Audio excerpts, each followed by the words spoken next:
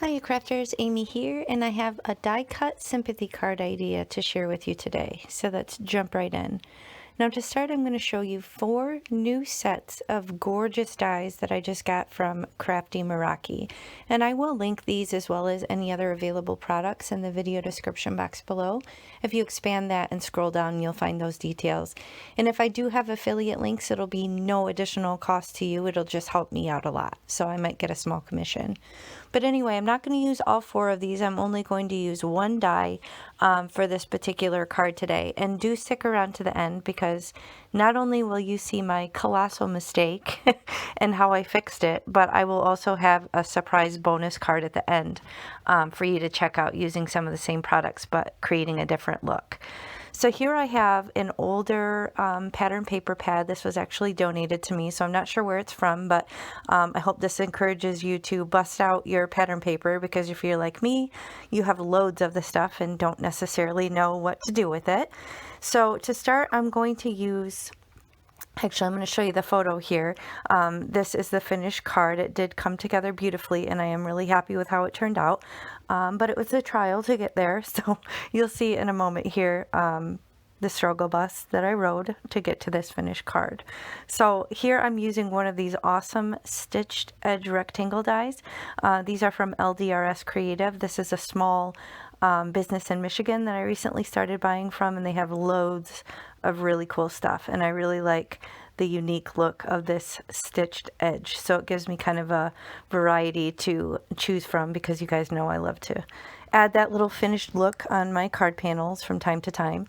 So here I'm just figuring out which one of these gorgeous dies that I want to use, and I do end up going with the laurel here, so laurel leaf. I'm just going to cut this open, and I'm going to use the bigger die of the set here on this additional piece of pattern paper, and I'm going to make sure I avoid that little hole in the paper and still maximize using this pattern paper and tape it with some low tack mint tape and run it through off screen through my die cutting machine. So I'm going to have that cool striped pattern look on it. Now to complement the design, I'm using this I think it's called Sympathy Mix. It's from Simon Says Stamp. I will link it as well below in the video description box, but I'm just figuring out which one of these stamps to use. There's so many awesome ones to choose from. I find myself reaching for this stamp set time and time again for my sympathy cards just because there's such an awesome variety of sizes and fonts for the outside and for the inside of the card. So if you need a sympathy stamp set, you might want to look into this one because it does not disappoint. I'm using it all the time. So I decided to apply this stamp in the lower left corner, and I am just working on the panel at this point. The card base is off separate. I don't have it attached yet. So I decided to pick this Pine Needles Distress Oxide color because I felt like it was a good match to the pattern paper. So it's always a good idea maybe to think in advance. I didn't here, but if you're not sure if you have a coordinating ink color, then maybe pick a pattern paper that you know you have an ink that will match it. So just a little tip there, but thankfully the Pine Needles came to the rescue and was a nice fit. Now this technique here, I have these, they're kind of like a tool for working with, I want to say Play-Doh, not Play-Doh, I don't know, the medium that you can create little like beads or jewelry bits with. The name evades me right now. I've not had enough coffee in my life yet. But anyway, I'm using this rounded edge to really give these leaves some dimension. So it actually, by doing this circular motion on top of this piece of foam, I'm kind of embossing it in a sense. I'm rounding the edges and giving these leaves the look of dimension, even though there's nothing actually propping them up. So this is a fun tool to really kind of take your die cuts to the next level. I first saw Chris Stokes doing it and was just blown away. So here we're encroaching on my struggle bus ride. So I decide here, oh, I'm going to think ahead and be smart and put this, tear tape on the back of my panel and have it ready to go. That's fine and good. But then I put all these little heavy foam dots on the back of these leaves. And then I'm like, oh, well, I'll just use this, little glue stick thingy to, you know, apply some adhesive to the stem. And look at this. What was I thinking, guys? There's so much weight from those foam dots, and this is like the thinnest pattern paper on the planet. Look at this. Tear it up. Big waste of time.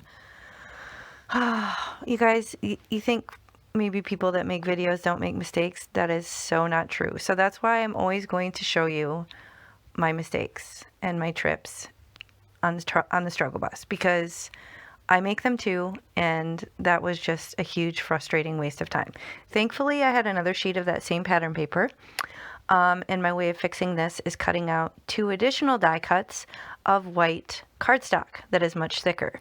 So now I'm using my micro dots here, and carefully giving this some weight. So there are 2 pieces of white cardstock now behind this pattern paper. Did the same thing again. I won't bore you with the details, but now it can actually hold those little foam dots. But another thing I did differently, I didn't remove all the backers at once, because then the leaves, if they do bend, won't stick to each other. So I applied the glue to the stem and removed just that top leaf of the backer foam dot. So I apply the top and the bottom down with pressure, and then I'm just going to carefully pull back all the leaves and then remove the backers so that I can push the leaves down into place. So sometimes you just, you know, gotta do it more than once. So that was my situation here.